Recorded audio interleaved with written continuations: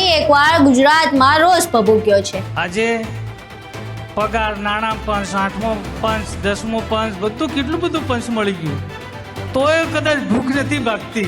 હવે મંત્રી રમેશ કટારા દ્વારા શિક્ષકોને આડે હાથ લેવામાં આવ્યા હતા, ત્યારબાદ હવે શિક્ષકો રમેશ કટારાને આડે હાથ લઈ રહ્યા છે। ધારાસભ્ય તરીકે અમને કેટલા પગાર મળતા હતા અને આજે કેટલા પગાર મળે છે એ પ્રશ્ન પણ પોતે સ્વયં પૂછવો જોઈતો હતો।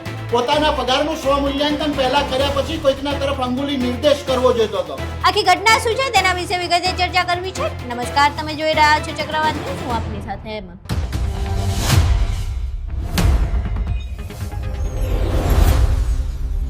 રાજ્ય કૃષિ મંત્રી એવા રમેશ કટારા દ્વારા દાહોદમાં એક કાર્યક્રમ દરમિયાન બફાટ કરવામાં આવ્યો, જેમાં તેમણે શિક્ષકો વિશે વાત કરી અને શિક્ષકોને કહ્યું કે 8મો પગાર પંચ, 9મો પગાર પંચ, આટલા બધા પગાર પંચ મળી જાય તેમ છતાંય એમનું પેટ ભરાતું નથી અને વિરોધ કર્યા રાખે છે।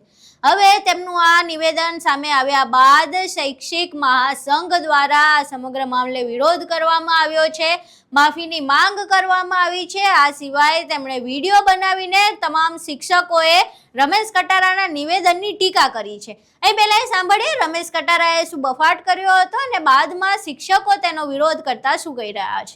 શિક્ષણની વાત કરું, આપણા બાપ દાદાના વડીલોને પૂછજો, ઉંમરલાયકને પૂછજો, ગામની અંદર નિશાળ નથી। નિશાળ એક ગામમાં નિશાળ હતી, ત્યાં ઓરડા નહોતા, નીચે બીન ભણવા પડતો હતો અને 200 થી 500 રૂપિયા પગાર મળતો હતો। આજે પગાર, નાણાં પંચ, 8મો પંચ, 10મો પંચ, બધું કેટલું બધું પંચ મળી ગયું, તોય કદાચ ભૂખ નથી ભાગતી, તોય વિરોધ કરે મિત્રો। મોદી સાહેબને વિરોધ કરે, સરકારનો વિરોધ। અરે આપણા વડીલોને પૂછો, 500-1000 રૂપિયા નોકરી કરતા હતા, આજે કેટલો બધો પગાર મળે, તો કામ કરવા તૈયાર નથી। ઘણી વખતે શિક્ષક હોય, બીજા હોય, પૈસા પૈસા મોબાઈલમાં જ રહે। આપણે સુખી, બીજા સુખી કરતા શીખાડો મિત્રો, બીજાને દુઃખી નથી કરો મિત્રો। નમસ્કાર, જિગ્નેશ ઠાકર, મહામંત્રી પ્રાથમિક શૈક્ષિક મહાસંઘ સુરત મહાનગર। ગુજરાત સરકારના મંત્રી શ્રી રમેશભાઈ કટારા દ્વારા ગઈકાલે ગોધરા ખાતે જાહેર સભામાં શિક્ષકો સંદર્ભે જે નિવેદન આપવામાં આવેલું છે, તેમના પગાર અને તેમની કામગીરીને લઈને તે નિવેદનને પ્રાથમિક શૈક્ષિક મહાસંઘ સુરત મહાનગર અને સુરતના તમામ શિક્ષકો વતી અમે સખત શબ્દોમાં વખોડી કાઢીએ છીએ। 7મા પગાર પંચ ઉપરાંત 8મા પગાર પંચ અને 10મા પગાર પંચની એમના દ્વારા જે વાત કરવામાં આવી છે, ત્યારે મારે ખાસ જણાવવાનું કે હજી પણ સુરતના કેટલાય શિક્ષકોને 7મા પગાર પંચના 3જા હપ્તાનો પણ લાભ આપવામાં નથી આવ્યો। તે સંદર્ભે પણ અમે વારંવાર રજૂઆત કરેલી છે। અખિલ ભારતીય રાષ્ટ્રીય શૈક્ષિક મહાસંઘ કૃષિ મંત્રીના આ વિધાનોને સખત શબ્દોમાં વખોડી કાઢે છે। એક શિક્ષકની ગરિમાને આજે કૃષિ મંત્રીએ ખંડિત કરી છે। શિક્ષકોની લાગણી બહુ બહોળા પ્રમાણમાં આનાથી દુભાઈ છે। એક તરફ એમનું વિધાન છે કે 8મો પગાર પંચ ગુજરાત સરકારે આપી દીધું છે।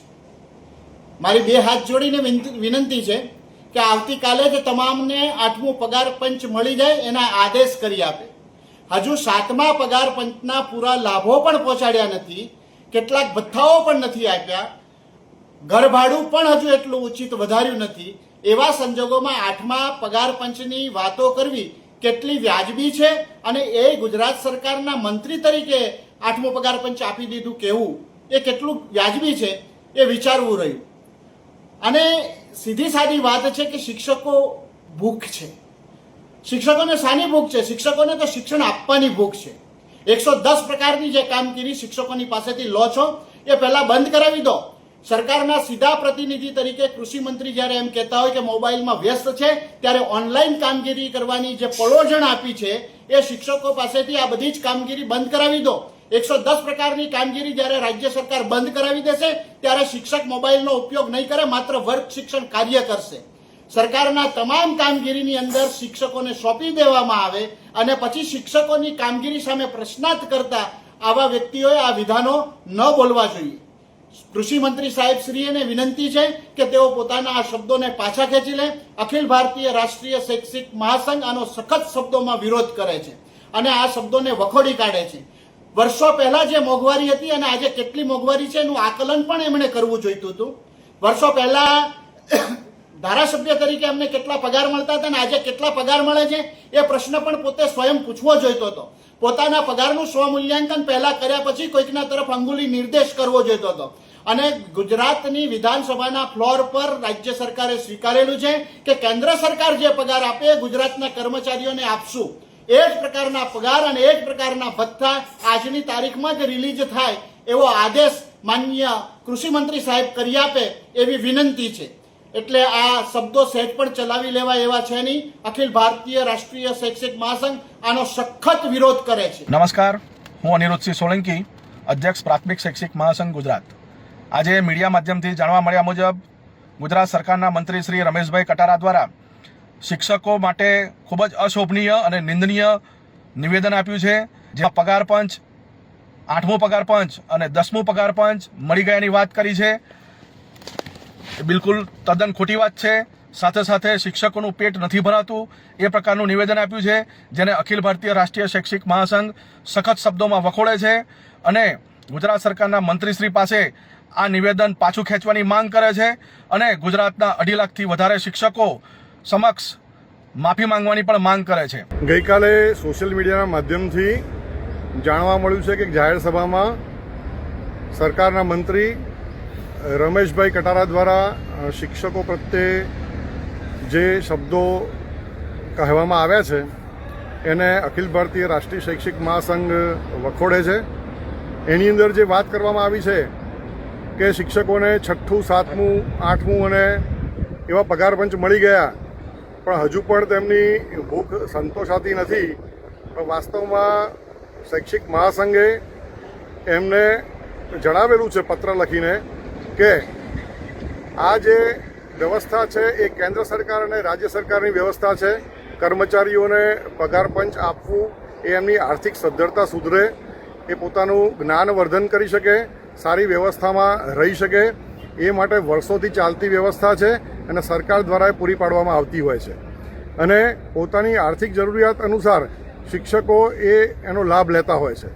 બીજી બાબત જે કહેવામાં આવેલી છે કે એમની રેલી અને ધરણા, તો સરકારશ્રી સાથે થયેલી મંત્રણાઓનું પાલન ન થાય, સરકાર દ્વારા બનાવેલા ઠરાવોનું અમલ ન થાય, સરકાર દ્વારા આપેલી સૂચનાઓનું નીચેની બાજુએ અમલ ન થાય, શિક્ષકોને શિક્ષણ સિવાયની ઘણા બધા પ્રકારની કામગીરી કરવા માટે ફરજ પાડવામાં આવે અને એમાં પડતી સમસ્યાઓ છે એ લઈ અને શિક્ષકો સરકાર પાસે જતા હોય છે અને એના માટે સંગઠનની એક વ્યવસ્થા છે.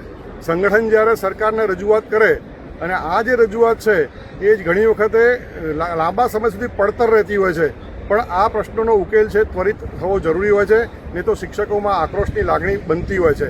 અને આ આક્રોશની લાગણી છે એ ન બને અને પોતાના પ્રશ્નો યોગ્ય રીતે ઉકેલાય એ માટે રેલી કે ધરણા આપવામાં આવતા હોય છે. એટલે મારી માનનીય મંત્રીશ્રીને વિનંતી છે કે શૈક્ષિક મહાસંઘના પ્રતિનિધિઓને આપને મળવા માટેનો સમય આપે. અમે અમારા જે પ્રશ્નો છે અને સંગઠનની જે કાર્યપદ્ધતિ છે એ મંત્રીશ્રીને મળીને સમજાવીશું અને આ એક પ્રકારનો જે વિમર્શ ઊભો થયેલો છે એને દૂર કરવા માટે પ્રયત્ન કરીશું. અહીં તમે રમેશ કટારાને પણ સાંભળ્યા, એ શિક્ષકોને પણ સાંભળ્યા. હવે કહેવત છે કે શિક્ષક કોઈ દિવસ સાધારણ નથી હોતો, પ્રલય અને નિર્માણ તેના ખોળામાં હોય છે. એવા શિક્ષકોને હવે રમેશ કટારા દ્વારા છંછેડવામાં આવ્યા છે. શિક્ષકો રોષે ભરાયા છે. હવે શિક્ષકો આ સમગ્ર મામલે માફીની માંગ કરી રહ્યા છે. રમેશ કટારા આ મામલે માફી માંગે છે કે કેમ તે જોવું રહ્યું, પરંતુ જે પ્રમાણે શિક્ષકો વિશે બફાટ મારવામાં આવ્યો છે તે રમેશ કટારાને કેટલો ભારે પડે છે તે જોવું રહ્યું.